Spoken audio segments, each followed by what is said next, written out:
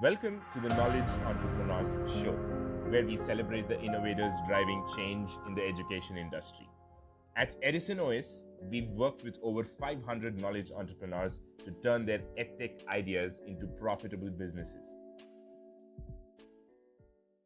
Tejas, before we get started, I ask you questions and all, let me just give you another very quick little brief about what is the show so that, it'll help us kind of align in that direction because that's what we're going to be talking about. Yeah.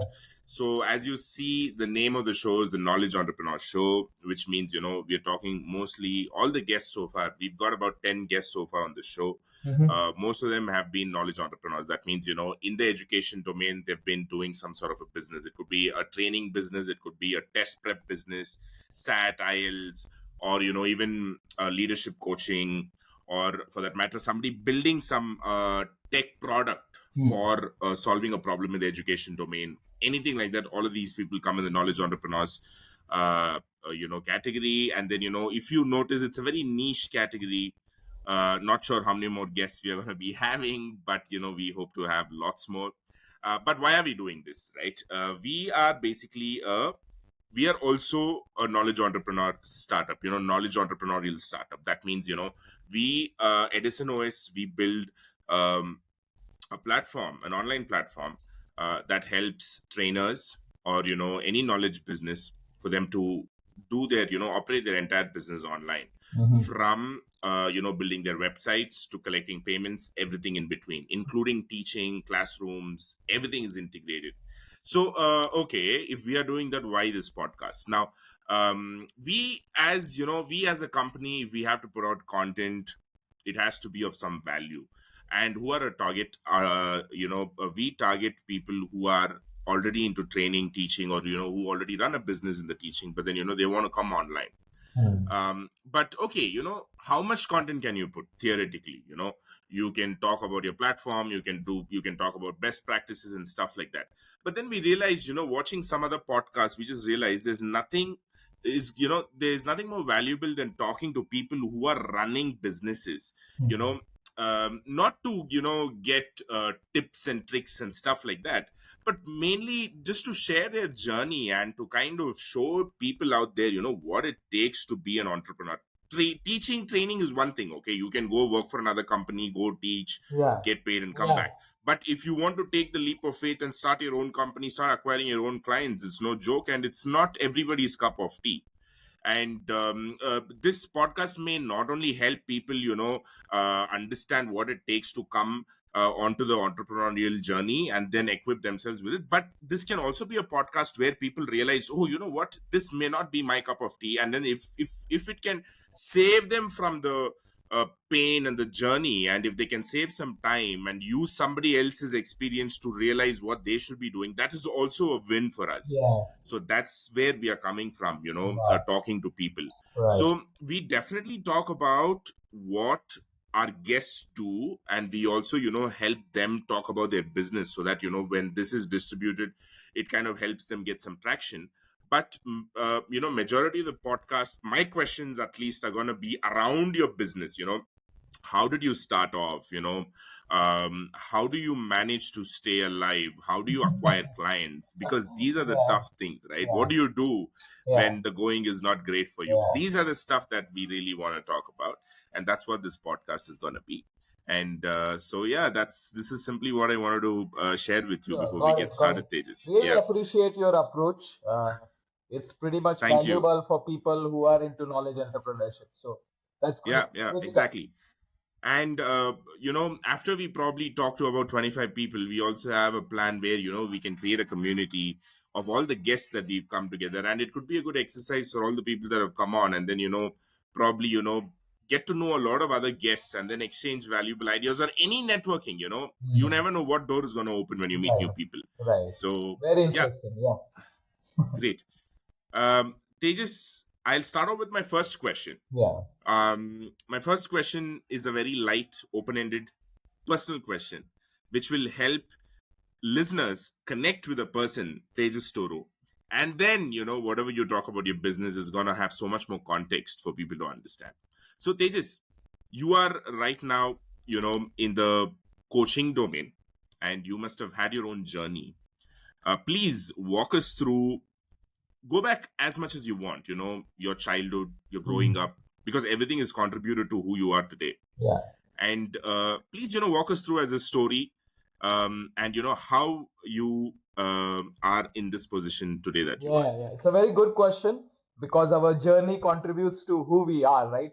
So Right. for me, it has been, I think, a very interesting journey, to say the least. Okay. Uh, the thing is, I think the two big things which made a big impact on my life is, first is my mother had schizophrenia since I was a child, and so Okay. as a child, it was a pretty difficult environment to grow up. I was the only Wow. child, no brothers, no sisters, and I'm from Maharashtra, and my father had a transferable job, so we were Okay. always away from Maharashtra, Mm-hmm. and so there were no relatives around, and I Okay. think so there was no support system. So dad would be Right. going for his office work, and so three of us in the house, and that kind of an environment. My father had little temper as well.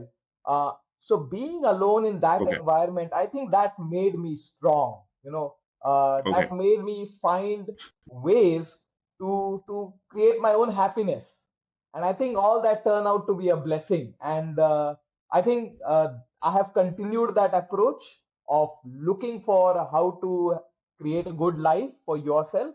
And when I found those answers, it has always been a passion and intent to share those answers, Right. right? So this was the first thing, the environment in the house. The second most important thing I think which happened in my life is my father was an atheist, okay, and he would throw away any god, idols, or anything because he didn't believe in all that. But he would always tell me, "You decide for yourself. This is my belief system. I'm not going to impose this on you. You decide for yourself." Now, my father being an atheist, on the other side, my mother's side, like my mother's like brothers and her father, they were into spirituality very deeply. So I had these contrast references as growing up, and what I Right. was seeing was, although my father was very practical, like very disciplined, save money, invest money, live life in a very particular way, but there was lack of emotions, and there would be emotions, but Right. he wouldn't be able to share it in the more effective way, his emotions. Right. That's what I Right. experienced. And on the mother's side, there's this spiritual angle. I would love to be in my mother's side, uh, but there was lack of practicality and a lot of indiscipline as well. And so I Right. realized neither this is 100% right, neither that is 100% right. And so then, if this is not right, what is right? Was the question which I was asking myself and the world out there. And unfortunately, as we know in our education system, there are no answers for this. Right. The real questions which a soul has are never answered. Right. Yeah. And then in my engineering, I came across a book by Swami Vivekanand, and that book transformed me. I didn't just read that book, I experienced that book. And it has Right. been a beautiful journey since. Yeah, so that Great. is the journey. Tejas, this is great, man. I mean, it's already, an inspiring story because, sorry, I mean, because you shared, your mother's condition, Yeah, who had, schizophrenia, right? yeah, Um, I've followed a few people along my journey as well. People who suffer with schizophrenia. It's a mental, uh, you know, uh, what can I say? Is it a condition. disorder? Yeah, Condition? It's a yeah, condition. Yeah, yeah. condition. From what I understand, schizophrenia is this condition where you see things, where you hear things. Yes, you're right. It is not, yeah, a Yeah, lot of you imaginary hallucinate. things have hallucinate. Yeah, Right, right, right. And not only is it difficult for the person that's going through it, it is very difficult also for the people around them. yeah. So I mean, did you guys did you just manage schizophrenia as a family for your mother? How's she now? So yeah, I think manage is the word. She is still going through that. She Right. goes off medicines a lot of time. We have tried alternate ways, but it has been a difficult affair. Uh, Okay. yeah. So, uh, uh, so can I say that you, growing up largely, you did not have a normal Yes. relationship with your mother? Yes. Yes. I would say so. Okay, it was mostly you would be probably Finding my lending a own way. supporting hand to Yes. your mother, plus taking care of your own Yes. life. Yes. Yes. Okay, Yeah. okay, got it. Fine. So, but I see that, despite having this different childhood and different growing up compared to a lot of us, right? I mean, it is a little different, and it's Yeah. a little special. I would say empowering Used, childhood. I'm sure. Yeah. See, there is this famous saying. I'm sure you know this as a coach. Yeah. I've been, stumbling across this on Instagram Reels these days. Um, uh, Tough times Yeah. create tough men, Yeah. and tough men create good times, and good Wow. times create weak men, something like Yeah. Yeah. this, Yeah. and then weak men create tough times, and then the cycle goes on. Yeah. So, I mean, as much as I can empathize with you, Tejas, when I look at you, the way you come across, the way you talk, unless you tell somebody, nobody would have a clue that you had a rocky childhood or a, different childhood. Probably, that's what I was trying to say is you definitely would have had an empowering journey, because, tough times make great men. Yeah. And probably that's also could be the reason why you are in the Yeah. coaching thing, because Yes. I'm sure you have a lot to offer. Yeah. But I still, you still mentioned that you ended up doing your engineering. Now, Yes. tell me, uh, how? Yes. So, the journey from engineering to becoming a knowledge entrepreneur, especially as a coach, that just happened by chance. Right, I come from a middle class family where there was right, no reference of business or self employment. Most of right. my relatives were doing job. Jobs. So, like everybody else, the only reference I had was doing engineering and stuff like that. I was not such a sincere guy to go for medical. So engineering, though intelligent, but not sincere. So engineering was the only option. So somehow Right. got an admission in engineering, Okay. and I failed in two subjects in the first year, failed in the two subjects in the second year, but I could go to the third. And it was in the third year that I read Swami Vivekananda, Right. and that made such a big transformation that I was fourth in Pune University in the third year, and I was second in Pune University in the last year, and Wow. it had opened up something for me, and I realized that this is something powerful and this has to be shared with the world. And I think Right. sharing was always one of my intrinsic trait. Right. I had no idea that I would be becoming a trainer or a coach or something like a knowledge entrepreneur, but I used to share it with my friends, and most of my friends, they would say, kya bak bak kar raha hai, and uh, in that age you have different Yeah. focus Yeah. areas, right? But some of them, they would, we would discuss more about it, and they got into it, and their life trajectory also changed, and so that was Right. inspiring. uh, and Right. so I did my engineering, being a topper, got placed in a German company, but by this time I had realized that I don't want to get into what's around. There's something else than what is seen, and I want to explore that. So I worked for about 9 months in the job, and after 9 months, I would say, "Mera second janma ho gaya." I took a rebirth. I left the job not knowing what to do, and I was just traveling, reading books. YouTube was a great friend. Would be watching videos related to spirituality, self-help. J. Krishnamurti, Osho, and stuff like that.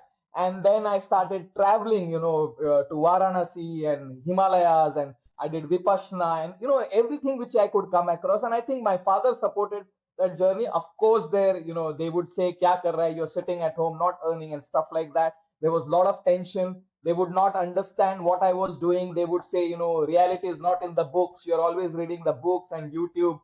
You've got to go out and experience real world stuff like that. All that was happening. But whenever I would go to him, and I would say I want to do this workshop and I would need money. I would say that yes, he supported me in that. Although he might not be understanding that journey. So yeah, I did a lot of workshop. Now, once I just wrote a letter to my parents that I'm going away, and I went to Varanasi and I stayed there, and I went to one particular place as a seeker, and to find the ultimate truth. And I had already been in this spiritual quest for 2 3 years, and then I ended up in Varanasi in this place, and 3 4 days I was there being like a very ardent seeker, doing whatever was required, and then I realized it was heading nowhere, Right. and I just said it that this is not heading anywhere, and I went and slept, and I had an amazing experience. I would say that was an experience which really, uh, there are no words for it. So in Right. that spiritual journey I had some amazing experiences. I realized there is infinite wisdom in the Indian spiritual domain, but at the same time I realized there is lack of practicality, lot of superstition, and lack of applicability also, Right. right? And Right. then I realized there are Western sciences, Western ways of looking at this, which is more practical, applicable. So there's infinite wisdom in the Eastern way of looking at life, but there's practicality in the Western way of doing things. And so Right. it became my quest to integrate this, Right. that to take this infinite spiritual wisdom and share it with people in a practical way which they could experience, they could Right. apply in their day-to-day life. And so then Right. I did leadership coaching and postgraduate diploma in experiential learning, and I did body movement therapy, and a lot of things like NLP. So I'm a certified trainer in neuro linguistic programming. So a lot of workshop in India, and I traveled out of India also to do a lot of workshops, and Right. all that. I think I would like to add this. All these workshops when I was doing, the intent was not to get certificates. I don't even care Right. about certificate. I Right. don't even know where those certificates are lying in my house, or whether they are still there, because I shifted house. Maybe I don't know. They might not be here with me. The intent Right. of attending those workshops was to know myself better, to work on myself, and that approach has really helped me. And so then how did I turn this into a profession? That was also an accident, actually. So like I told you, I was not doing anything in terms of earning money. Right. The journey was supported by some money which I've saved during my job, and of course my father was helping somewhat, not much, but yeah, right. So uh, one of my friend, he was thinking of starting a business. He was also young, and he was doing MBA that time in Pune, and he was going to meet the head of National Entrepreneurship Network from Pune, and he Hmm. just took me along. He said, come along. So these two people, like the head of the National Entrepreneurship Network and my friend, were talking, and Right. this person asked my friend, is this guy also with you? And he said, yes. So he said, why don't you come up? Just be around. And he asked me, what do you do? So I said, I am looking for myself. I am searching for myself. So Okay. he laughed and he said, in your age, people search for job and you're searching. But They search for jobs and they search for investors also. exactly, yes. And he Right. said, I really like your answer. And he asked me, more about it. And I shared. So he said, I'm connected to some MBA colleges. Will you come and share your journey with the MBA students?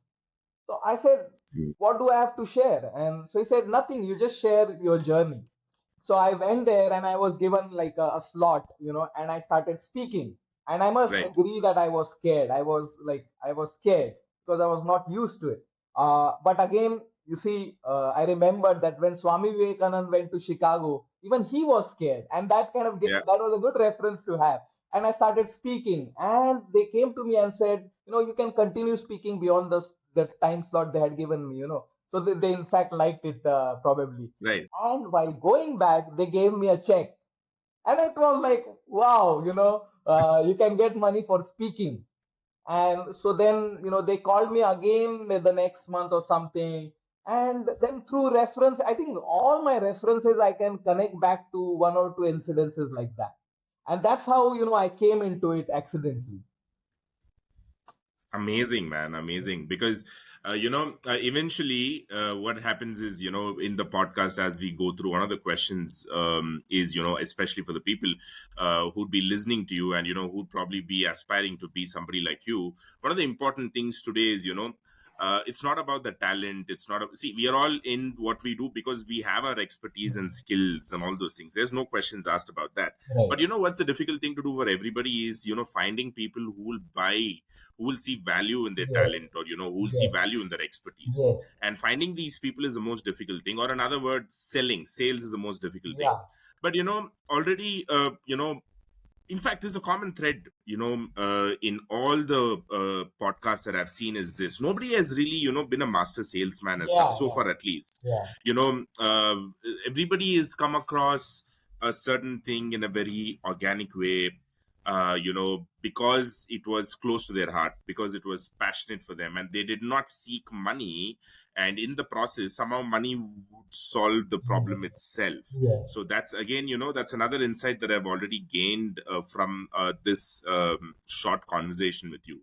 But anyway, Tejas, I've got a lot of questions from whatever you've spoken so far.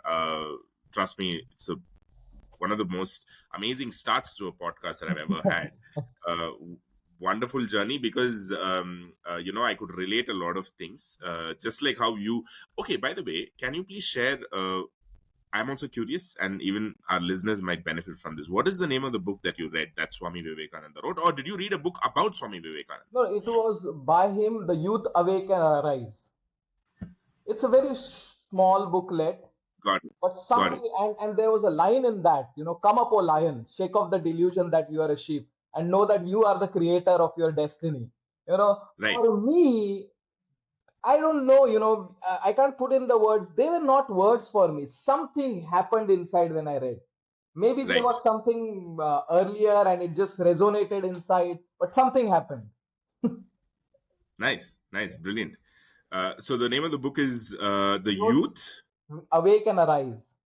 Awaken Arise. Yeah, Okay, got it. Great. I've definitely heard about this, yeah. but probably, It's a very haven't simple book, not like retained a the name. small book.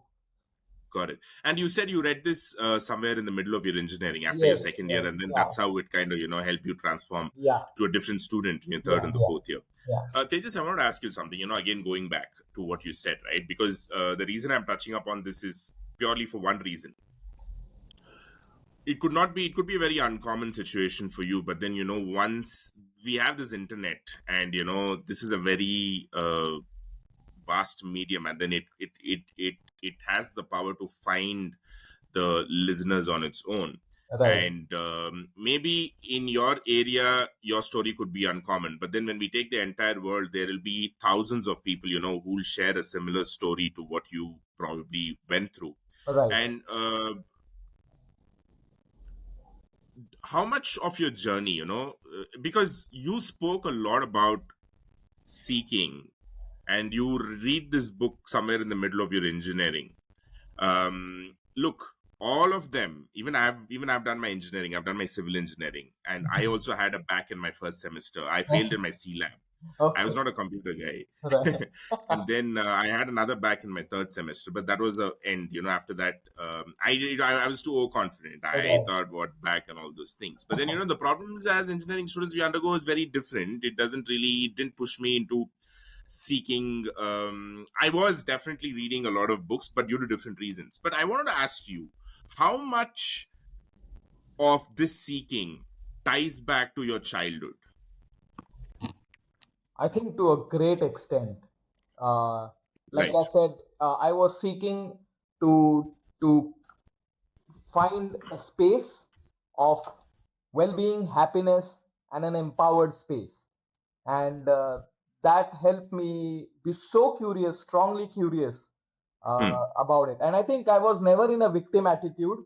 It Right. was always, looking for solutions, and that became the path for the longer Okay. life. Yeah, Okay. But growing up, during your school, and you said you're also the only child, you don't have a yes, sibling, yeah. and through your teenage and all, how did you have any tools to deal with your, whatever you may have faced, or did you just, somehow do the time and then somehow got to where you were in your engineering at least. So how did Yeah, that happen? I think since this happened in my life like way early, Hmm. uh, I kind of got used to it. Hmm. Or if I don't know, maybe I was numb to it. Okay. Yeah, and when I look back, and since I am in this field of coaching and all that, I also realize it was very difficult for me to experience and express emotions. Hmm. Right. So, the ability to experience and express emotions was pretty blunt in my case, Right. right? And so that kind of insulated me from the difficult environment around. Hmm. Okay. Yeah. Okay. The reason I asked you that question was, somebody who's in that age group listening to you Mhm. could probably, get some sort of an insight. And you said, you were numb, and then, probably the fact, because of the fact that you couldn't express your emotions or, Even find a experience.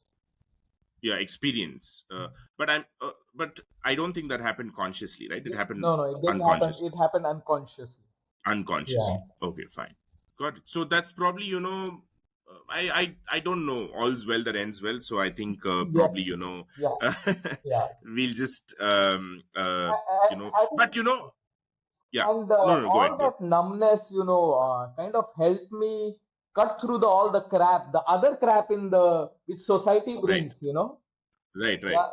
So there were difficulties in the house, but I think the world has far more crap than what a house can offer.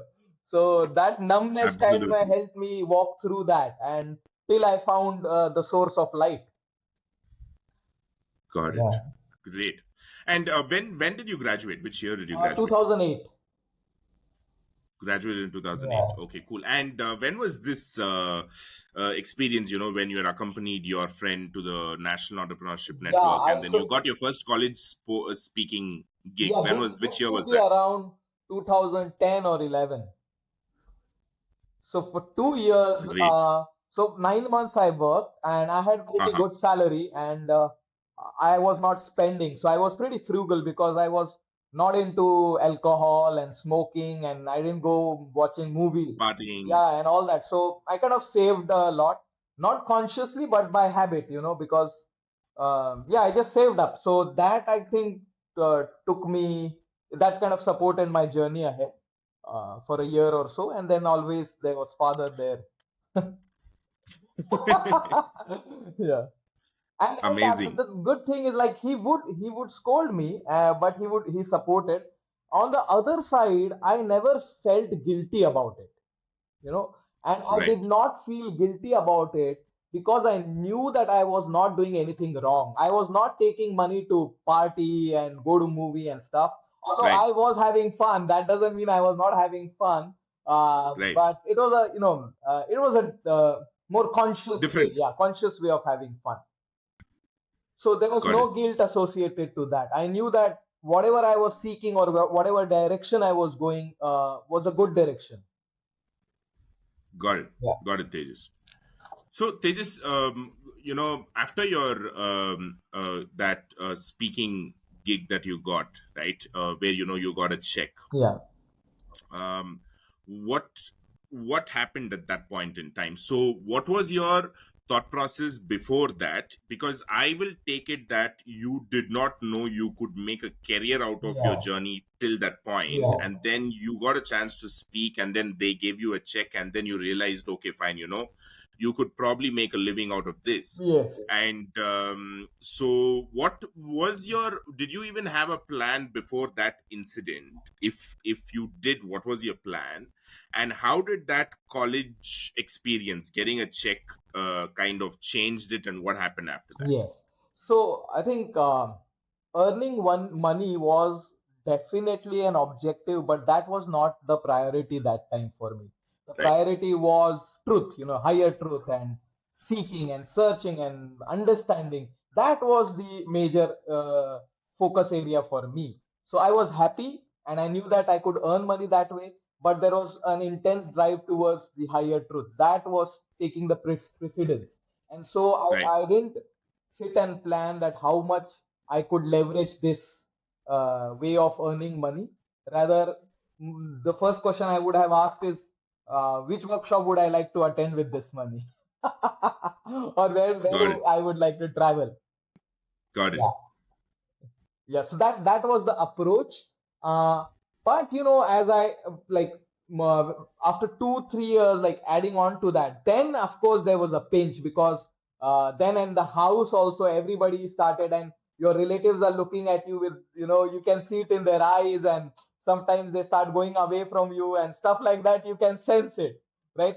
If you are a seeker of truth, you need to understand what's happening in your reality around you as well, right? Truth is That's not, also yeah, important. You truth is just not, can't be, yeah, yeah. yeah, truth is not something out there in Himalayas. It's around you as well and inside you. So I Right. could sense Right. that. I could sense that.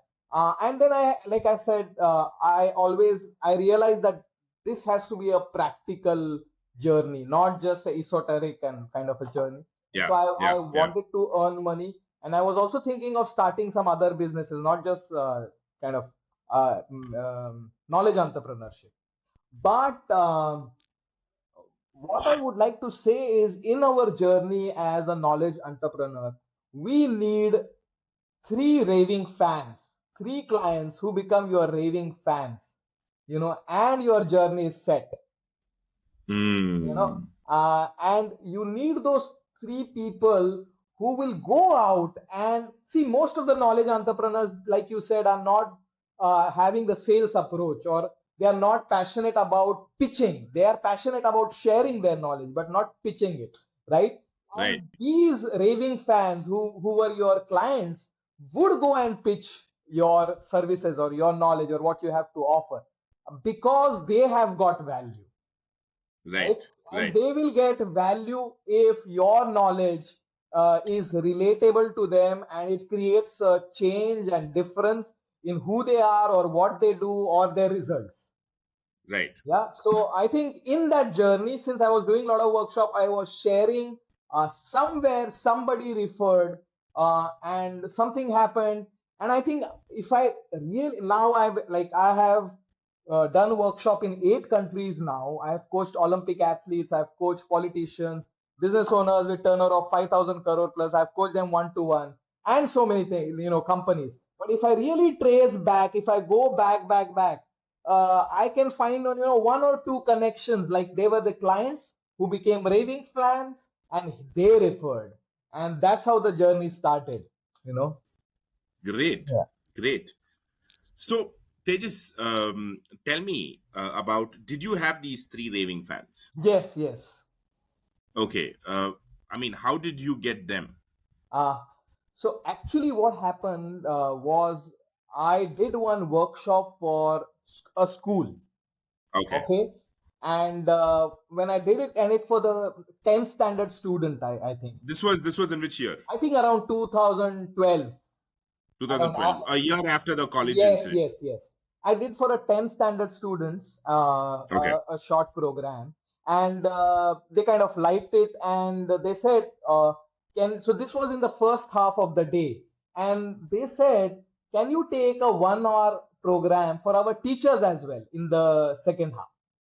Okay. So I said, fine, no problem. And I did that. And this was like out of Pune. I was staying in Pune that time. And this, I had traveled 2 3 hours to that place, a B town, school. And they said, okay, after the teachers program, they said, can you stay back? Our director would like to meet you. Okay. So Great. I must be creating some value, I guess. Right. Yeah. And sorry, all this was what, you were 25, 24 Yeah. at Yeah. the Around, yeah. at the Around time? that age. Yes. Okay. And it's not easy for people to take people of that age very Yes. seriously, especially when you're giving out, Yeah. such sort of Right. sessions. Right. I think, see, I still get asked these questions, how can you be an organizational coach at this age? But for Right. me, I never get that question in my head. Right. That is not my focus. The place where I come from is, there's something I can share. Or there is not even there is something in this world which is so valuable, you got to see it. Right. So when I say there's something out there in the world, it's not about my age. It's about that. That thing is so powerful, Right. right? Yeah, so the director, he came The to, director. yeah, Yeah. he came to meet me in the evening, and he came, around 8:30, and we spoke till 1 a.m. Yeah, we had dinner together, and he was also interested in spirituality and all this self-help. He was himself a PhD in child psychology, and so we had a great conversation, and I think we clicked off. We became good friends that time. And interestingly, they have a very big industry, and school is Right. the side gig for them. Okay. Okay, and Okay. he's a very influential person. And then they said, why don't you come and do some program for our employees as well? So that was the first Ah, kind of opening. raving fan. Yes, Your first raving fan was the director of exactly. that school. Yeah, and who was a director of a big company as well, Big FMCG company as well. company. And so Right. it started in their company. And once you start getting experience and you realize that it's creating value, people are happy. That inner certainty starts building up, and Got it, and Tejas. he referred to other people in his community, and that's how I think everything kind of rolled. Got it. So really, it's not even about three raving fans. If you get one raving fan, Yeah, also it might do. exactly. But I think one of the important things to look here is that, especially when you're in a domain, where things are not. See, uh, please correct me if I'm wrong. Right? I've spoken to a few coaches. I've attended a neuro-linguistic program myself. Which was a very important phase of my life. Hmm. I've done basic foundation, and then I've done practitioner, and then I could not finish the masters Mhm. because it had to do about modeling and Yes. stuff like that. I did not. A lot of Yes. stuff was happening, Mm-hmm. but what I do realize is um, this is not one of the accepted pain points by most people. Like, they do not look at this aspect of their life or a business as a major problem, as a major pain creating problem, and forget, not one thing is they don't even know there is a solution to it, but then they don't even see that as a pain for them to search for a solution for it. So it could be really difficult as a business that you are in for people to come to you, Hmm. except corporates, who would Yeah. want to do it as a extracurricular Just as a tick activity, box in their KRA. just as a tick box, like Yeah. a formality. Yeah. It's Yeah. like a formality, Yeah. Yeah. right? But it is not looked as, like a sales consultant, Yes. who's coming to crack sales, or a marketing consultant Yes. who's going to come and crack marketing. It's not looked at Hmm. it like that. Yes.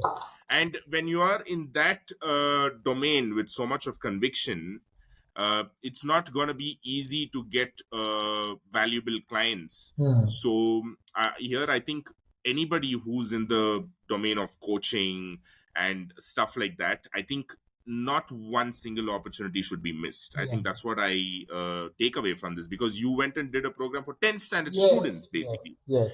and then they told you to do it for the teachers, Yes. and then probably some teacher would have gone and given a good feedback to the director, and then Yeah. the director wanted to meet you, and then just see where it went. Yeah. Yeah. So I True. think if you take a, but also I think one probably good important thing that you did here was, even though you were doing a program for 10 standard students, you took it extremely seriously Yes. and you did it with full passion. You may not have seen the difference between, oh, I'm just doing it for a 10 standard Yeah. student. Yeah. Probably you did something right there. Hmm. So all I'm trying to extract from this conversation is that, despite who you're doing it for, I think you need to be at your 100% as a coach. Yes, I think And authenticity, authenticity. Yeah, and yeah, the yeah. real intent. I think the intent behind why you're doing what you're doing is very important. If it is just money, if it's just trying to get reference and creating a customer, people are subconsciously going to catch that. Got it. I would like to also share one experience which will help the Sure. listeners understand probably the intent where I was coming from. So Yeah. I was invited in another of a B town MBA college, uh, Uh-huh. and the program started half an hour late. Uh, When you say beat on, I'm so sorry to interrupt you. When you say beat on, you mean second tier, third tier Yes, yes, cities. yes, yes. Got it. Like Got it. not metros, because yeah, So because yeah, so another thing which I realized into my journey was, so when you go to these schools and colleges, you are facilitated, you are given felicitated, and you're given, Felicitated, yeah, yeah. you're felicitated and you're given a coconut and shawl and stuff like that. And there would be a girl coming up and reading you that we have a great personality. Later I realized they were not actually talking about, me. They wanted to show the participant that they have got someone big for them. Someone big. Yes, yes, yes, So it yes, was not about exactly. your greatness. It was their, that was their intent. You So will be whoever, yeah, but you will be positioned as an amazing guy because exactly. they need to sit down and listen to Yeah, you. yeah, exactly. So yeah, so Right. similar program started half an hour late. That shows the Okay. importance they were giving to it for like in an MBA college. Mm, That, and then there was this someone who came to introduce, and they were talking about how the founder of the institute thought about good of the society and for the betterment of the society. Started the college in 1960s and this and that took another half an hour. And then the director was invited and he took another half an hour in his long speech. And by this time, someone who is a seeker of truth gets frustrated when they hear a lot of lie. And I was frustrated. And the first thing which I did when I went and stood there on the podium was I asked the student, do you think all this is true? And I told them all this is lie, and I'm going to tell this. I know I might be shoved off from here. I won't be called here. I won't be paid. But 2 3 years back, I was sitting in your position as a student, and I was seeking answers, and I was trusting the whole system. And I was not. I'm now when I look back, I realize the system was taking me nowhere.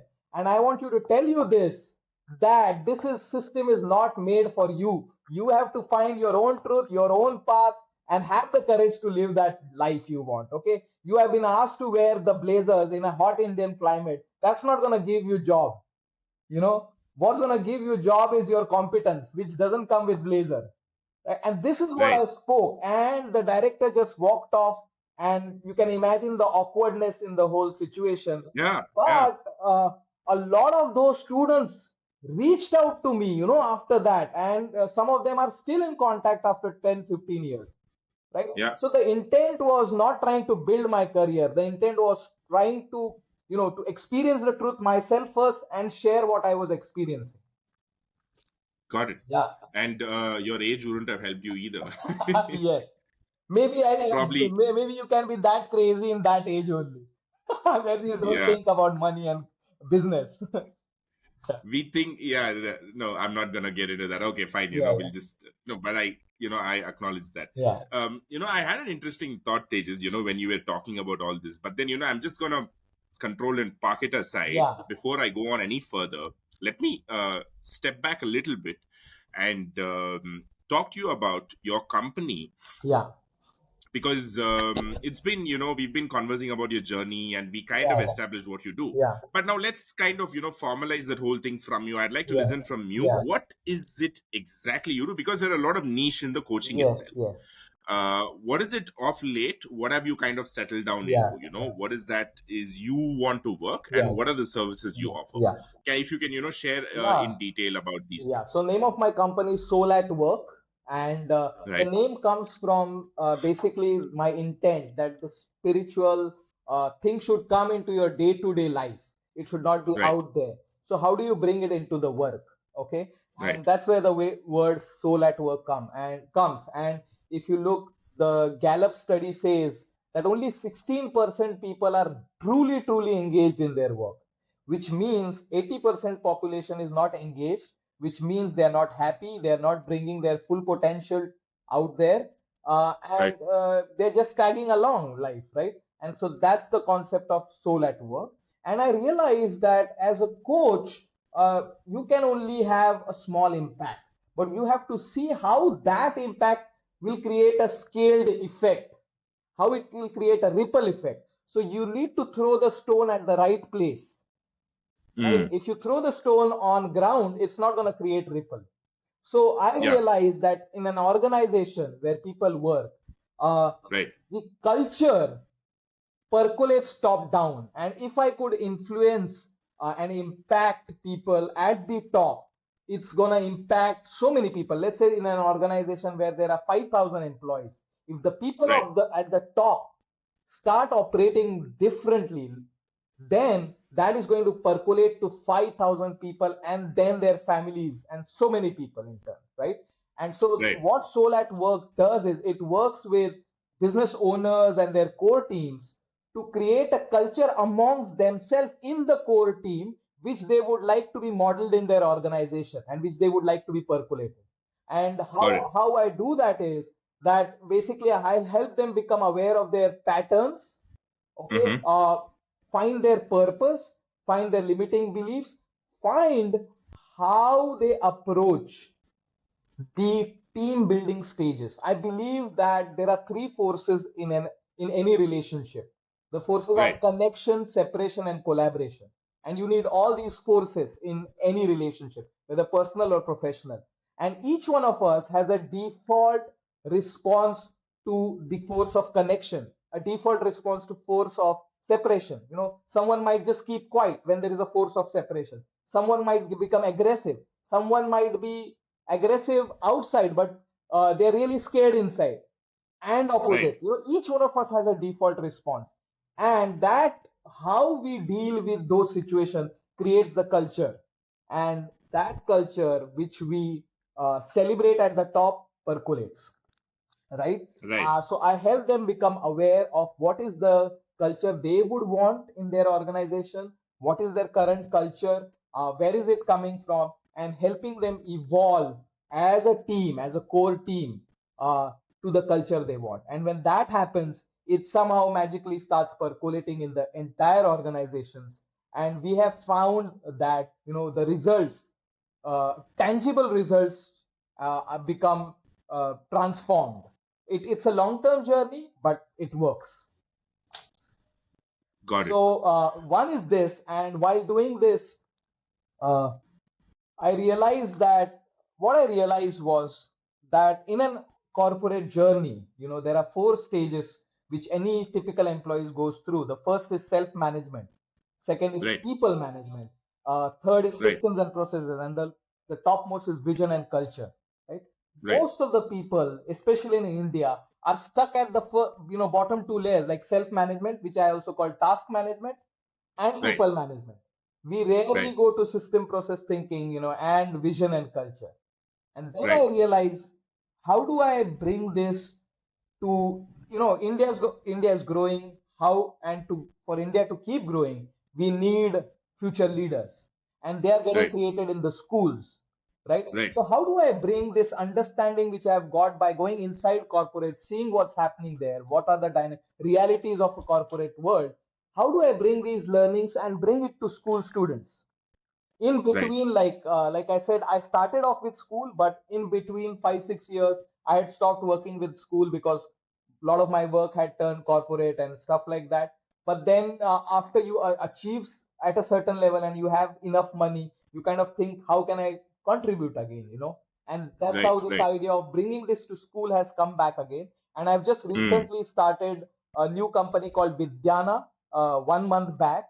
And the concept of Vidyana is that to bring these learnings from the corporates to the student out there, so that we can create visionaries and people who have systems thinking right in the school, so that when they go out in the real world, they're equipped from a mindset perspective.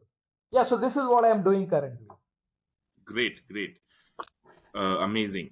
So, Tejas, you told, in a very broad way, or where uh, I have my own questions about this, Sure. right? I mean, not from what you are doing, but how. If I had to ask you, please give me how many ever types of programs that you might do, depending on the outcome. Now, let's say, for example, somebody calls you up and says, "Hey, you know what, Tejas? I have a problem. Today's problem I'll take. Okay, something. Now we've been coming out of a pandemic, and we've all been working from home, especially the ones that are working for corporates and 9 to 5 Yeah. jobs.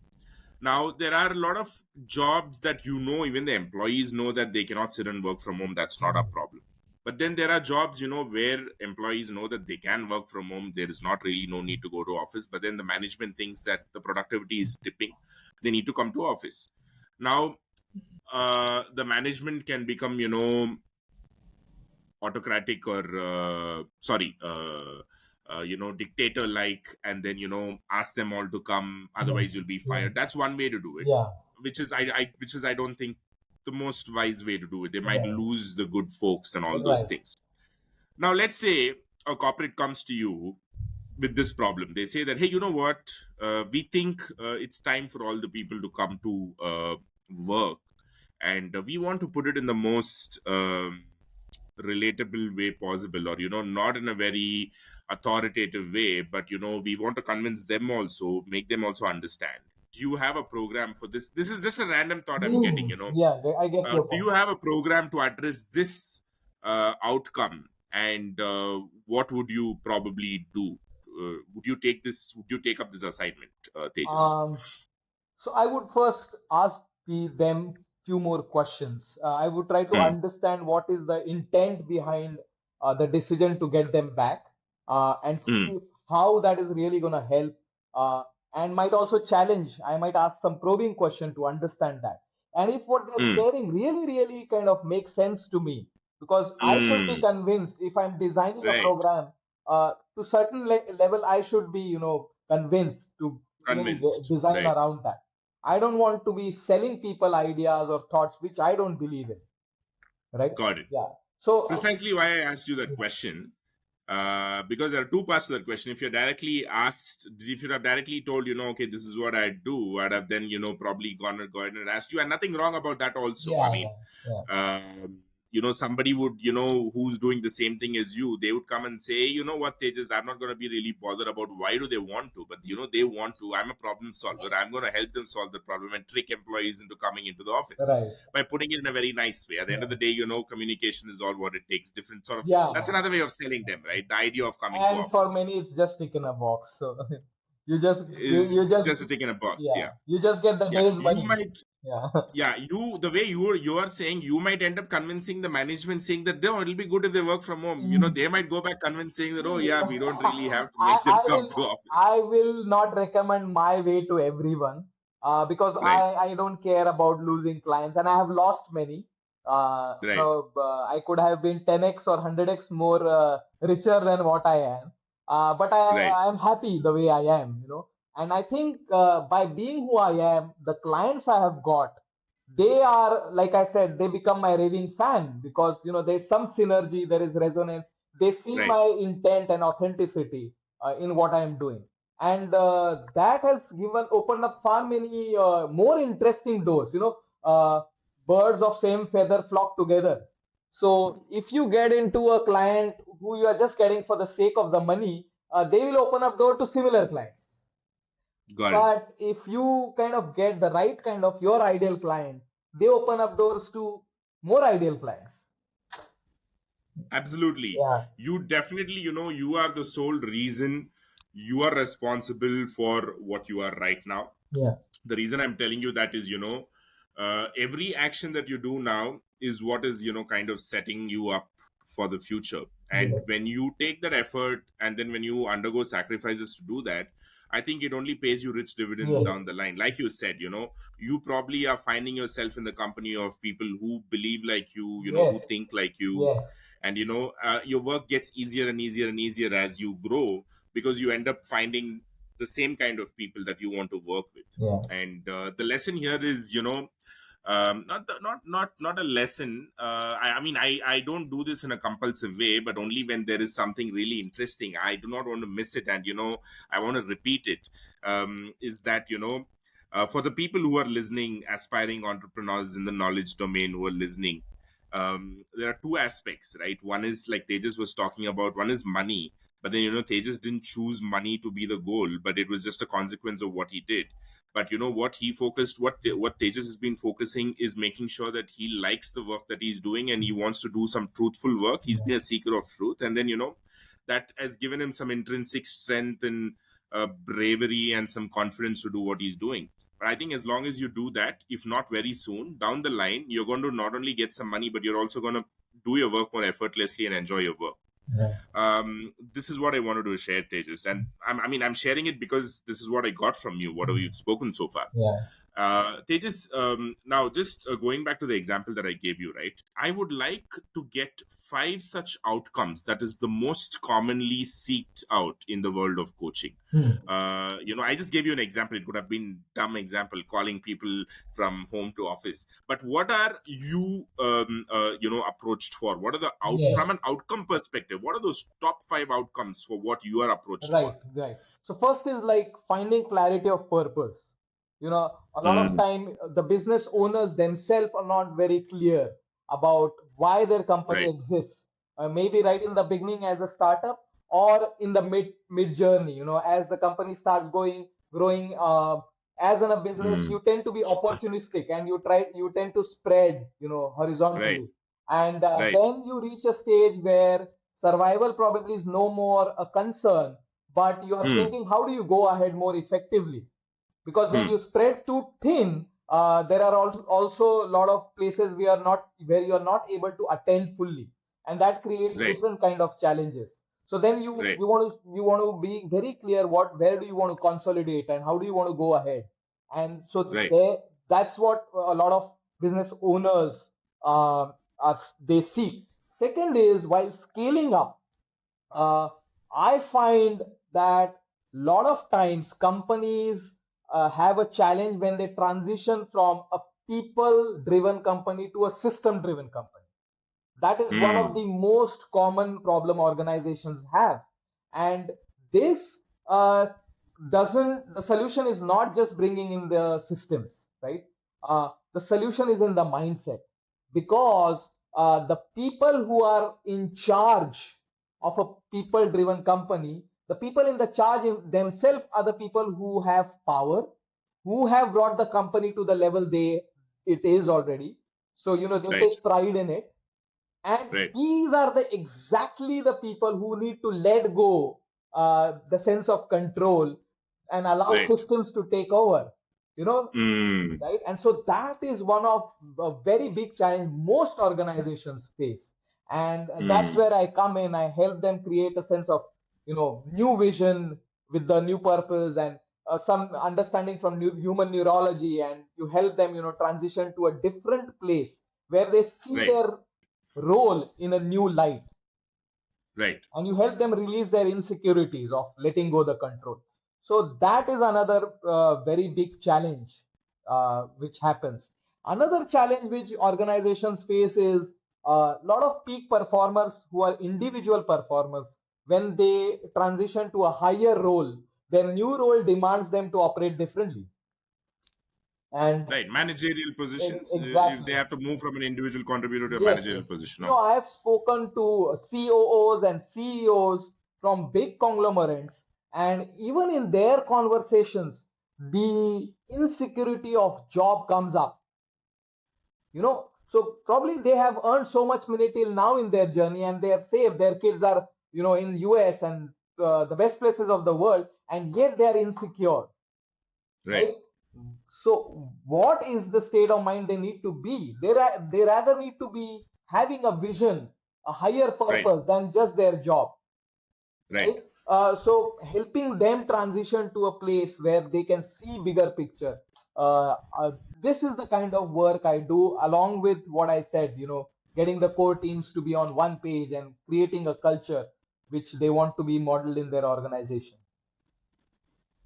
Got it, Tejas. And what about these, team building activities and all those things? Are that also part of your Uh, scheme of See, things? earlier it was, but Okay. now, as you go in your journey, even I am evolving Right. internally as well, and also my understanding of how the business world works has evolved. Because in between, I also started a manufacturing of bearing in Kolhapur, so I had that experience, which helps my coaching in the world, because now I have practical experiences. Okay, and we had big failures and big success in that, so that kind of gave me a different kind of perspective, right?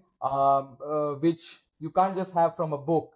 When you really lose money and you still hold on to the journey, it gives you a different perspective. So yeah, so I now realize with all that evolution that when a HR or a business owner comes to you from their language, you Right. realize their intent.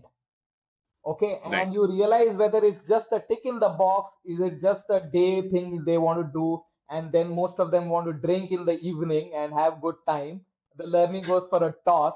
Uh, Right. this is reality, we as a knowledge entrepreneur, you are passionate about knowledge, Right. but you can't guarantee they are that much passionate, right? Right. Right. So Right. you have to see uh, where would your knowledge be most valued, Hmm. and if you're doing that, then you are really valuing your knowledge, Right. right? Got it. So in my journey, I have learned to say no Hmm. more often. Of course, you get tempted by the money, big money, but yeah, I've learned to say no more often, and that I think has helped me a lot. Got it, Tejas. I think maybe your answer, whatever you've told kind of answers this question, but still I would want to go ahead and answer this question because you might have faced this problem in the earlier part of your journey. You were talking about, one of those experiences in a second, third tier, MBA college where, you had this moment where you kind of, had an outburst with the students and then, the director took half an hour. They Yeah, really, you kind of understood the way they look at this is the entire speaker coming and talking. Now, first of all, there are two things, right?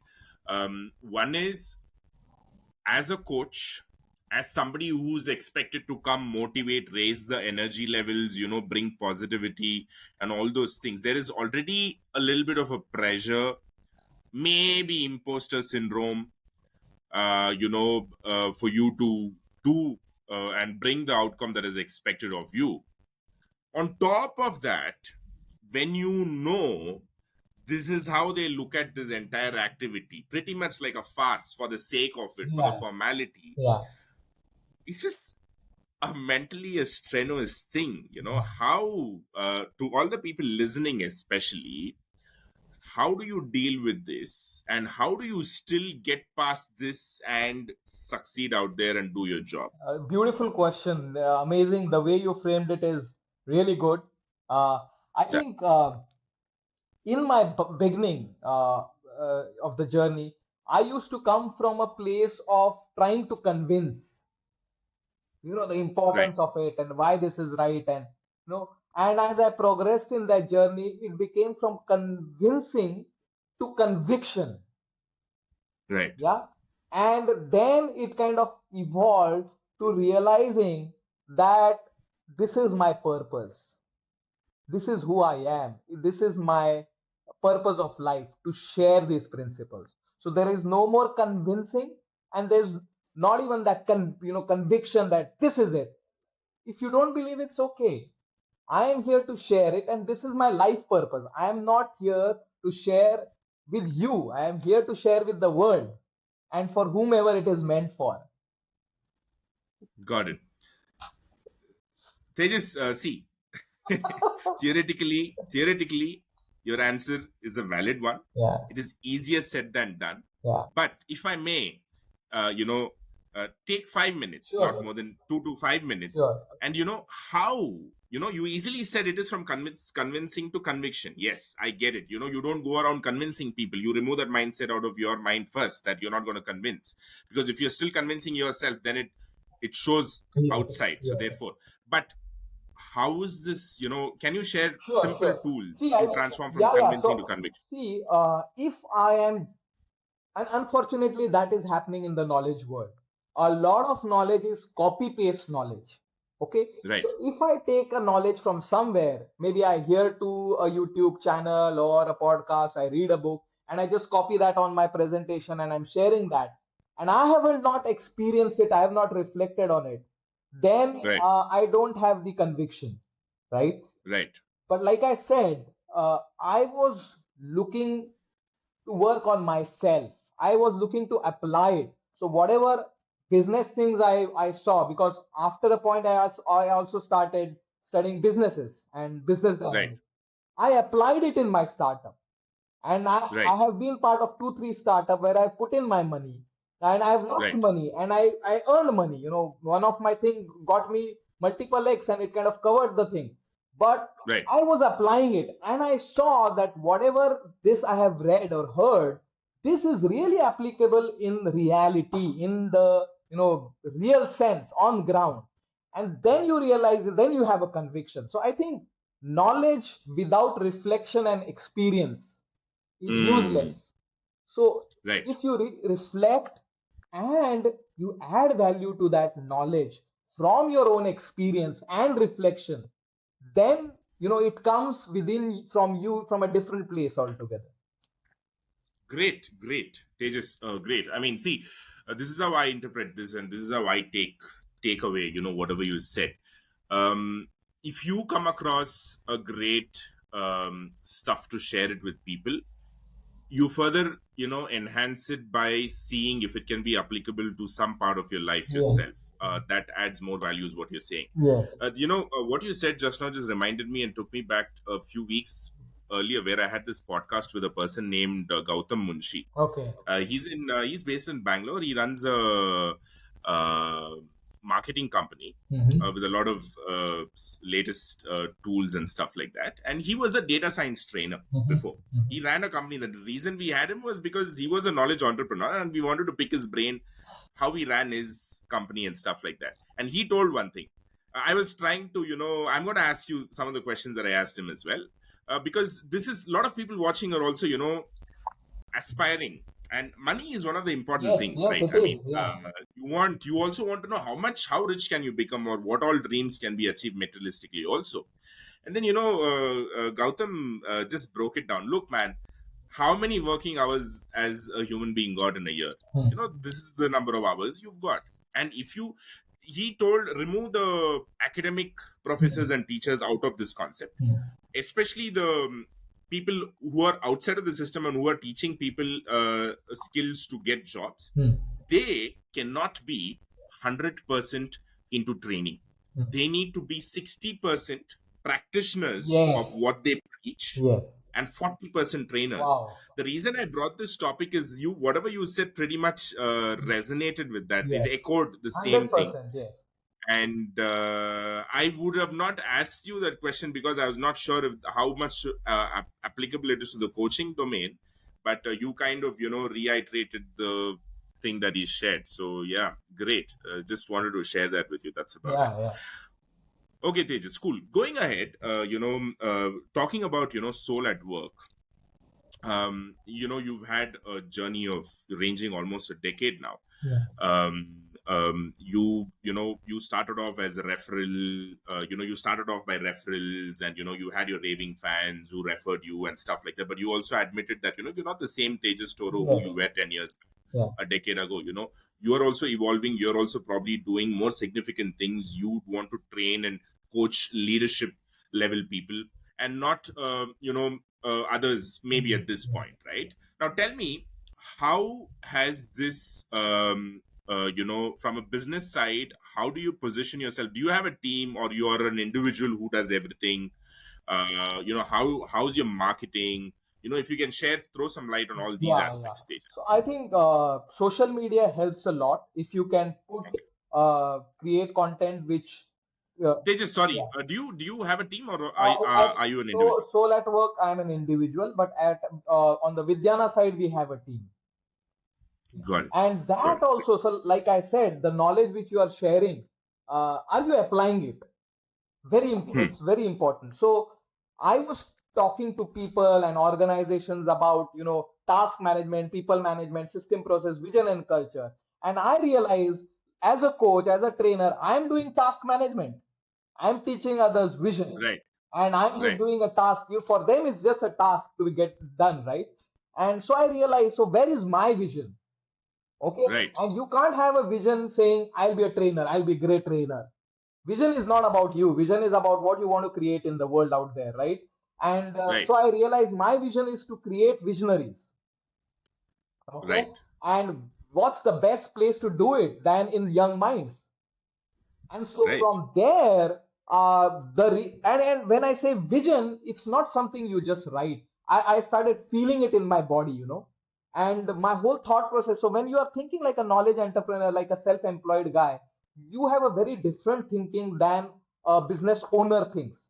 We say we are business owners. I have my own business, but you are self-employed. You are not a business owner, and Right. it's a different place to think. As a trainer or as a coach, when I was traveling, I you are like, which juice would I get to drink today? But as a business owner, the question is, how can I get my employees and the stakeholders juice? How can I afford that they can have juice? It's a Right. different place to think altogether. And that's how the Right. Vidyana, vision has transformed me. When I got that vision, I think I've become a Mm, far better coach on the soul at matter side, even though it's a single member thing, because I have this experience now. got it. Got it. Yeah, going back to the thing that you started off on. Sorry to interrupt. I just wanted to know from a team's perspective, because I've had conversations in the past with people, for who've shared very simple things, but which had such a significant reason behind. For example, I wanted to know whether you have a team or not, Yeah. not to know whether you're an individual or not, but if you had a team, why do you need a team? Yeah. But if you didn't have a team, how are you managing it all alone? Because next question probably will be tying back to that. How do you market yourself? Or is it still word of mouth for you? Uh, that is the Yeah. point that I want to Yeah, touch yeah. upon. I think Yes. there is no formal way of marketing right now on the soul at work side. Got it. What happened for me, luckily, was that I got into a conglomerate, and it's such a big conglomerate with a lot of companies in that. And I started working with the mother company in that conglomerate, and Mhm. the head HR there referred to the other companies in that.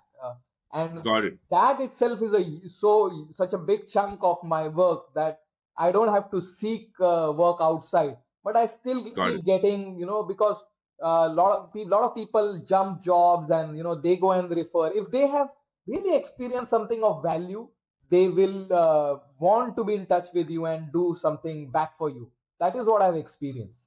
But of course, that can't you can't rely on all that. Yes. You need to have a formal sales way or a process which brings client in your funnel. That is also true.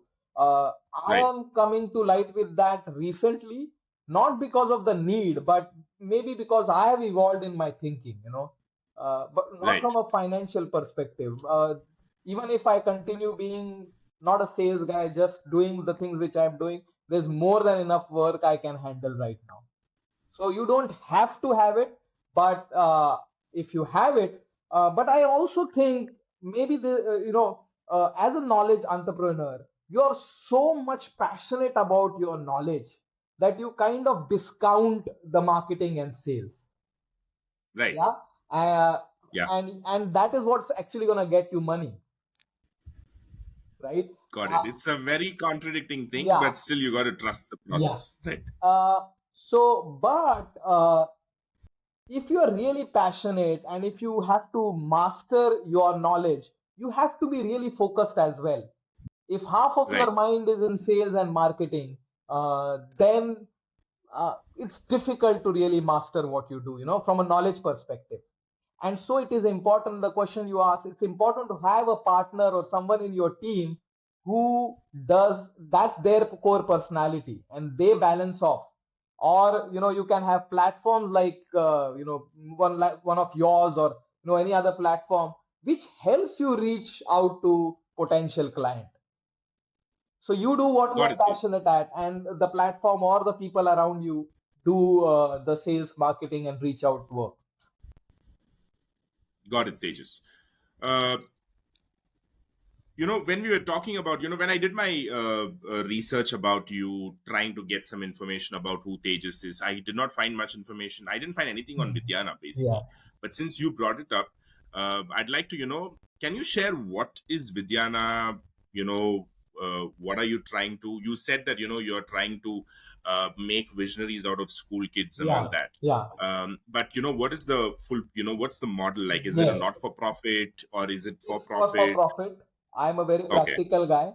I want money, but money in a more meaningful way. Okay, by contributing and creating value. Okay, so the whole thing is, like I said, when I went to Tejas, yeah, let me just clear out one thing here. The reason I asked you not for profit or for profit is just, just to get that clarified. Because when you spoke about Vidyana, and when I'm also a guy who fails to understand how do not for profit work, despite whatever the cause may be, right? Because the people who are working for it, they all need to yeah, be incentivized in a big way. Because I had a conversation with another person a couple of weeks back who runs a company called Learn with Comics, okay, and that's a not for profit. And they, okay, you know what they do, they are literally converting all the CBSE curriculum into comic books. wow, interesting, Because the person who's doing this, growing up, he found the education to be really boring, boring, and yeah, not all the children can take up these plain stuff from the textbooks, right? Some color and comics would add. But then, I had a difficult time understanding why not for profit. So that's the reason I asked you if it's not for profit. I think being profitable is what puts you in an accountable space, and yes, that pushes you to achieve more, right? yeah, That's what I thought, and that's the reason I asked you. But yeah. great, I'm happy that it's for profit, Vidyana. Yeah, Yeah, please carry yeah. on. So, like I said, what I experience in corporate and in the business world, I realized that the competence which makes one really successful in corporates or in business is not being given in the conventional education system. Okay, Mm, and so to bring this to youth, schools are the best place because that's where most of the youth gathers. Kids gather. So you rather go right. there rather than searching them individually. Now, the thing which I realized because I had been working with schools earlier in the journey is that most of the school owners do not care about the quality of education. What they care Right. about are two things. First is money, profit. Mm, Second is they shouldn't get have headache operating the school. They want to keep it easy on themselves, right? So I realized that no matter how great offering you have, if mm, that's not going to contribute to their objectives, their intent of running the school, it's not going to go through their filter, right? Because they are right. the filters to it. So there's a concept of primary customer and the secondary customer, right? So you have to reach the end customer. You have this customer in between, right? Who has Right. different objectives, right? So their objective is profit and their objective is making things easy, right? Mm, Now, what I also realize working in corporates is the power of systems and processes. Systems and right. processes make things efficient. They minimize losses. They cut cost to a lot of extent, and they create scalability, replicability, and stuff like that, right? And a Right. Right. lot of this is missing in the schools. A lot Mm, of these things are randomly happening. Most of the schools owner may not be involved in management. Who is in charge of management is principal, who is sitting there because they have an academic experience, not a leadership or management experience. You understand? right. And so they are operating from their own reference or model of the Correct. world. So what I realize is, if we can pitch to the school owners that we will help you cut cost by bringing in systems and processes, by making things more smooth in your school, so that you have less Mm-hmm. headache, you can easily manage the school, you cut cost. We also help you brand and position. Okay, Mm-hmm. so we are actually helping the owner get to his intention, but Mm-hmm. but you have to agree to make your school an experiential and application based education place. Okay, Mm, so we are offering you a service which will cost you around 5 lakh a month, but we are ready to give you that in 1/10 or 1/5 of the price. But we are going to and we will train your teachers, we will train all the stakeholders in bringing experiential and application based education, and that is mm, going to help you differentiate your schools from other schools. And again, we are targeting tier 2 cities. We are not targeting metros. So think right. about this. A tier 2 cities probably has like a 50 schools, and most are Right. like claiming same things. Now, if you go there, and if you look at the profile of teacher, unfortunately, teachers are the most unpaid, Yeah. community. Underpaid at least. Yeah, yeah, underpaid, and probably it's just a way of living for them rather than passion. And so the competencies is a big question, right? So Yeah, the yeah. entire future of a kid is dependent on them. So what we do is we train the teachers on experiential and application based education. Okay, Mm, we train them, we help them execute it, and we also create an audit mechanism where we see that it's being done in the right way. So we got it. work on two fronts on the school: on the management admin side of the school, help them cut costs, get in more students by positioning them differently, and on the academic side by bringing this practical education. Got it. And then we also involve the parents. So essentially, we are tapping all the stakeholders. Got it. And so I will share something with you. So while going to these corporates, I came across a lot of other consultants from KPMG and Deloitte and the big fours. And what I Right. realized about the business model of these big four was that these Hmm. big fours, they're named big fours, but a lot of the consultants who came in were pretty young, you know. Right. So what these big fours do is they hire talented people from big college who are young, who don't have so much experience, and they train them quickly on the job. So Right. a company is paying for the name of the big four, but who is coming to your place is fairly young person who is getting trained on the job. And that is Right. that I we are modeling that in our Vidyana. We are taking bright people who care about education, who want to uplift the education in India. They might not have a lot of experience, they're okay getting paid less, but we really train them up very fast. We really Got expose it. them to how they could contribute to an education ecosystem, and we put them in these schools, and that's how we plan to scale up. Got it, Tejas. Yeah, Tejas, you spoke. You told that Vidyana is an initiative by you where you are trying to make visionary out of the children also, right? yeah, Replicate, because you said you kind of saw a gap in the corporates and you thought it could probably help because the leaders who are going to come lead the nation or any yeah, organization are coming from schools, and why don't you go and make an impact right at that level? yeah. um, what is the link between this thing that you said? May I know? uh, I was understanding it like this. Now, you said there is a way you spoke about primary customer, secondary customer, or end customer. You have to go through the school owners to go and make an impact to the students as well, because you need to first go fulfill Yeah, the school owners' outcome or their dream. yeah, Otherwise, they're not going to be bothered about yeah, what you want to do to the kids. right. You're doing that by helping them cut costs, Mhm. and you're cutting their expenditure.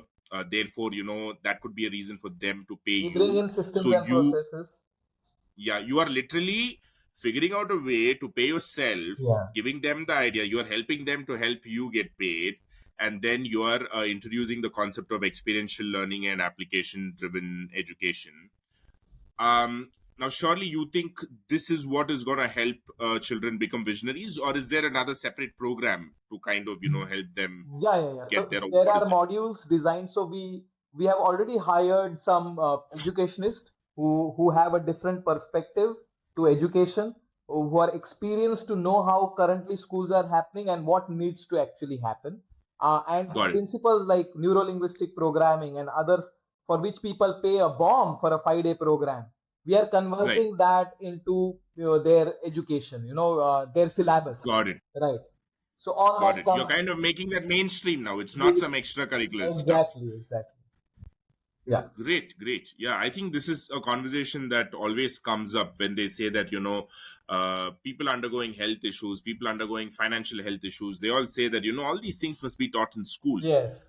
But, all irrelevant things are taught in school, and then we are not equipped with the most life skills that we need. I think probably Yeah. this could probably bridge all those things. Yeah. Great, Tejas. Yeah. I think Vidyana was not really a topic of discussion for this podcast, but I It's would a love to recent. get back to you in It's a the yeah. future, Yeah.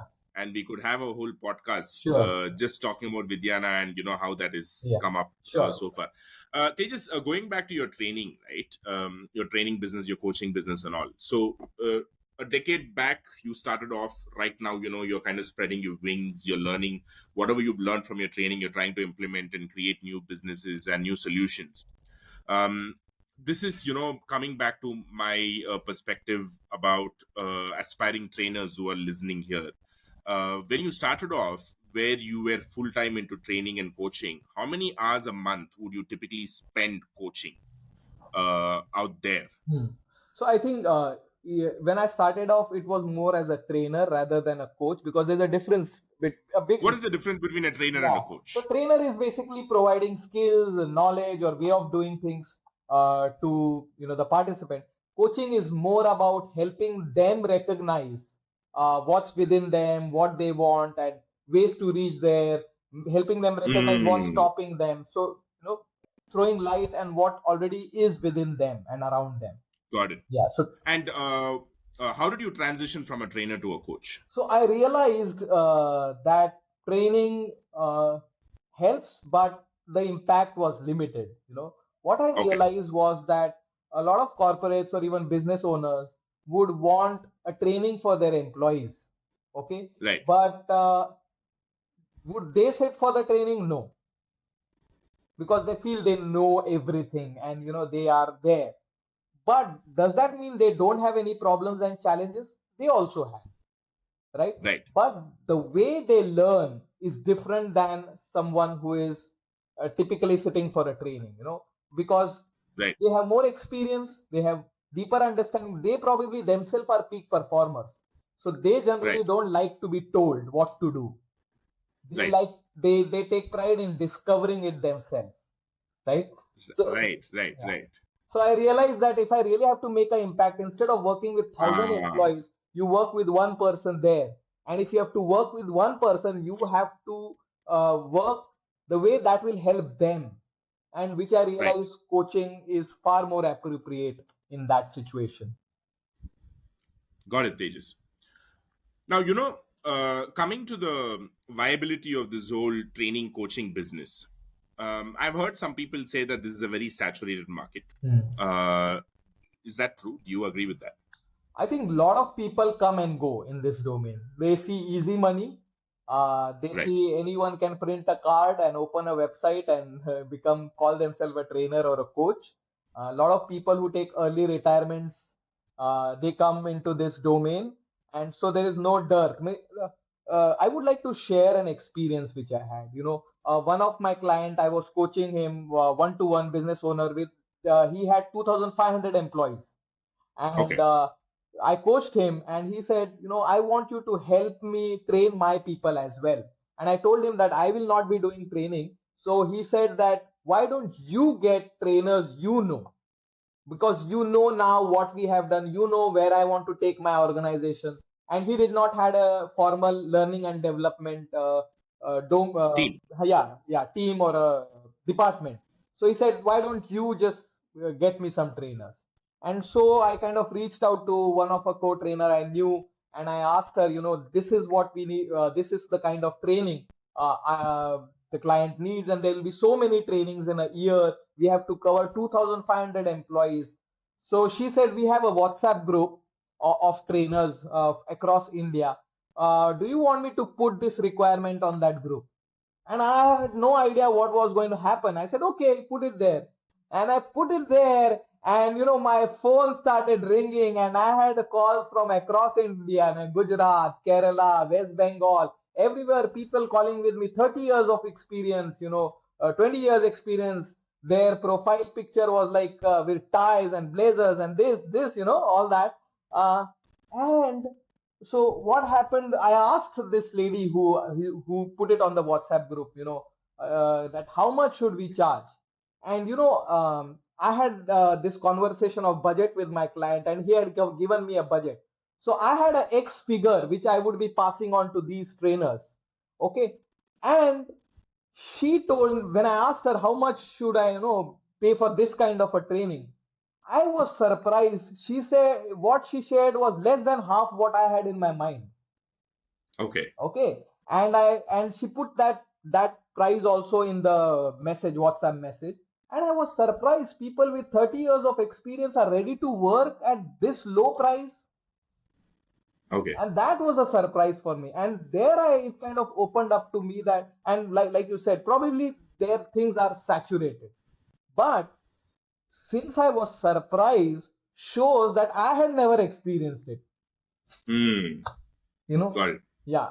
So, and I, like I said, birds of same feather flock together. Maybe I was tapping the right clients, and Right. so they were opening doors to the right clients who were ready to pay and who were valuing the thing which I was doing, right? And of course there were people who would want to pay less, and right in the initial I would also do it. I was doing it because I needed money that time. But I quickly kind of realized that if I am not valuing what I am doing, nobody else is going to value. And like Right. Osho was once asked, that you are a spiritual guru, then why do you charge people for your program? And he replied, people do not understand value, they understand price. Mm. Yeah. And I recognize that pricing is a great positioning tool as well. When you price less, people subconsciously position you somewhere. And when you Right. price yourself higher, subconsciously they position you differently. They might not afford you, they might not buy your services, but you are Hmm. positioning yourself differently. Brilliant. I mean, no, not that this is not a very unknown thing. This is a Yeah, known thing, no doubt about it. And there are number of examples right in front of our eyes in everyday lives, yeah, how different products yeah, which offer the same value yes, just because of the way they price themselves, and they exactly. make a choice that they are going to be available only to some people. There is a thing. And I think this is also something that the trainers can take away from, but it all boils down to how much it can work for them in their Yes, practical lives. yeah, But Tejas, help me understand, give me a figure, as trainers in India, right, from your experience. Let's leave the outliers, right? There are ones that who do, even for free for whatever reason, and there are ones who are probably called as celebrity coaches and trainers who charge lakhs of rupees even for 3-day workshops and 2-day workshops and stuff like that. But aspiring trainers or aspiring coaches, who are probably up and coming in the mid 20s, yeah. what is a realistic kind of aspiration they can have, in terms of how much can they really make in a year? See, I think the whole approach of, I think as knowledge entrepreneurs, you create that market. Your question reminds me of a scene from, there's a conversation between Chanakya and the King Dhananand. And Right. Chanakya has approached King Dhananand, and King Dhananand kind of insults him. And Chanakya replies saying कि शिक्षक कभी साधारण नहीं होता, प्रयोग और निर्माण उसके कोख में खिलते हैं, और अगर मेरे ज्ञान में असली ताकत होगी तो तुझ जैसे हजारों पोशिंदा में खड़े कर दूंगा. So what he means is a knowledge entrepreneur is not a simple guy. He's constantly experimenting and creating new things. And what he's creating and experimenting with, if it is of real value, he can create entrepreneurs who will pay for his journey. You know. So what I what so Brilliant. yeah. If you have to have conviction, you don't have to fit in. Right. And if you are a knowledge entrepreneur, you are passionate about it, right? And if you Right. are passionate about it, you would have mastery. So learn to value yourself. That's what I'll say. And just to bring it really down to numbers and not just theory and gyan, just yesterday I signed up a client, whom I'm going to coach. I signed up for 10 lakh rupees, and he's an Indian in Pune. So this is a possibility. Of course, not everyone kind of pays that, but Yeah. I have positioned, because now I see that I have to take care of Vidyana as well. So Right. I'm positioning myself differently now. Correct. Correct. Yeah. Right. So that is a possibility. 5 years, 10 years down the line, I wouldn't have believed this was possible. And to be honest, I have worked for 5,000 a day as well in the beginning when I was doing it for schools and places like that. But Got it. so you can, I think, there are all kind of customers. There are people who are ready to pay. There because there are a lot of business problems. India is a thriving economy right now, And with thriving economy, there are opportunities and there are problems. And knowledge entrepreneurs can solve both the opportunities and the problems. You just have to position yourself right, bring a real value, real situation, real solution. And if you're doing that and if you're communicating it in the right way, I think there is a lot of scope for knowledge entrepreneurs. But don't try to copy paste. If you're copy pasting the content, or even if you are copy pasting the approach, you know, Right. at the same time, I also believe conventional sales marketing doesn't work, because as a Right. knowledge entrepreneur, you are selling something intangible, and the value and power of it is in the experience once they get result out of that knowledge, Right. right? So conventional sales, you have to look at it very differently. And I think there's no one solution. You have to consider your personality, what suits you. You know, you might be a good writer, then put stuff on LinkedIn. You might be good at podcasts, do that. Whatever your personality is, you need to position yourself in that way. And I think there opportunities are there at all level. If you want to work at low cost, there is volume game there. If you want to work at high cost, there are people ready to pay. No, I really appreciate you for choosing to give this sort of an answer and not really giving out a number, because this is definitely there cannot be a number, right? Yeah. It everything boils down to how you position yourself, how you value yourself, and stuff like that. So I think, to all the listeners who are listening, if this answer, if you think it did not help, what I'd like to say here is that, you there is a possibility for you to charge whatever you want. There are people out there who will pay whatever you want. You just have to figure it out, if your value is worth that much. You need to build value or content, or whatever you're going to go and deliver, be that much valuable. But which is a good answer. I mean, it is, you don't have to be down thinking that there's no cap, right? What better than not having a cap on what you can earn? So there's no limit for you, and you can go. So Tejas just shared that he signed somebody for 10 lakh rupees, and I think everybody should start aspiring for that. And Tejas, this 10 lakhs is it like for a fixed number of hours, Yeah, or this is it this like would a be over a 1 year period, but there are 1 year like period? few days in where we connect. Got it. Yeah. But still, if it's 1 year, 2 years, man, I mean, getting 10 lakhs contract it gives you so much of certainty, and, it allows you to, your mind, it helps you so much on a mental level. Yes. So I think, that's what all the coaches should be aspiring for. But I have another question. Yeah. Tejas, especially for coaches or trainers who are in a position where they go talk to a client, or or a company, and then there's a time when they have to give out a quotation, right? Yes. Now, you've had experience in working with companies of different sizes, and your pricing is not going to be the same for Yes. everybody, Yes. right? And there will come a time when you need to figure out somehow what could their budget be, or if you cannot figure out what their budget is based on their company size, you kind of have to figure out how much they would have allocated, or how much would they be willing to pay. Can you share some insights on how coaches and trainers can navigate this quoting problem?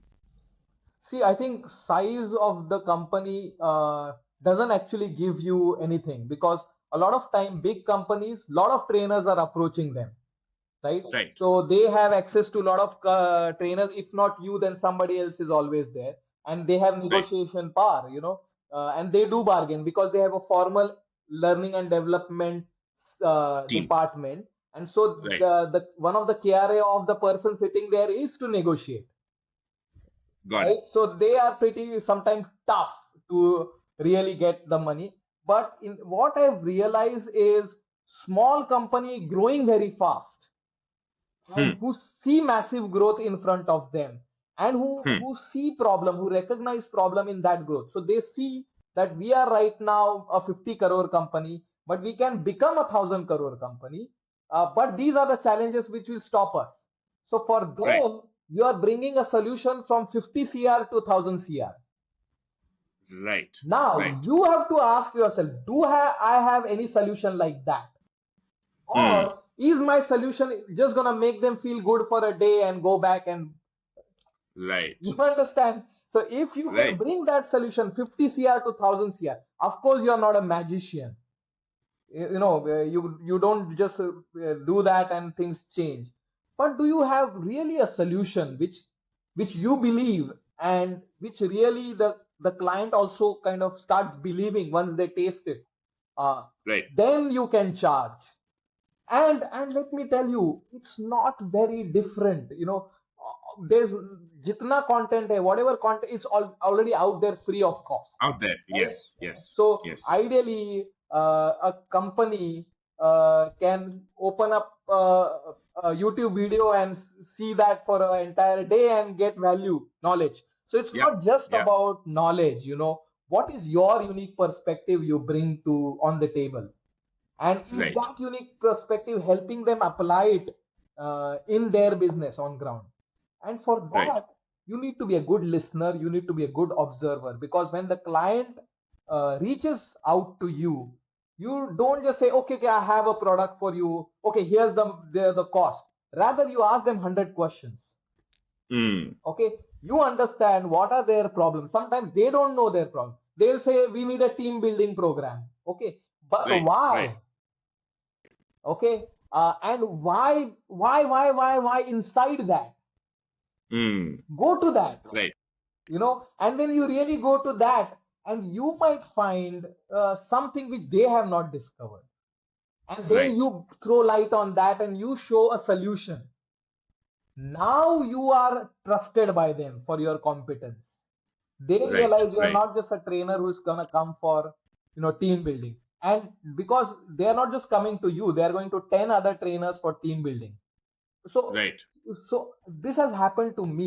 I pitched to one Hmm. company. In fact, they reached out to me and I asked them these questions, and Hmm. the person said, actually, even I don't have these answers. So Right. what I proposed to him was, because he was from HR department, Hmm.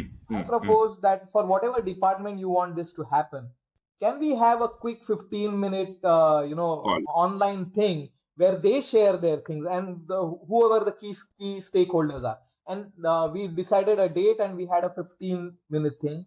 And after the call, they appreciated the approach because they still hadn't committed or paid, but I was giving them time. Hmm. And like I said, I was authentically trying to find something for them, right?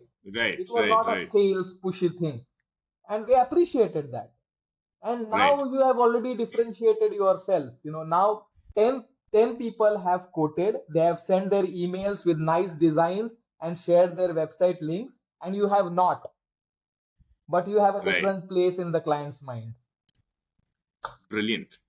Simple but very effective. I think people just, especially once in the domain, I think one of the key things for you to get land good clients and high value clients is be really come from a place of you want to solve a particular Yes, problem for them, yes, and don't be worried about what you already have. If it takes for you to spend some time and design or start from scratch a program that you have to build for them, for that you need to first of all figure out, ask a lot of questions filled with whys.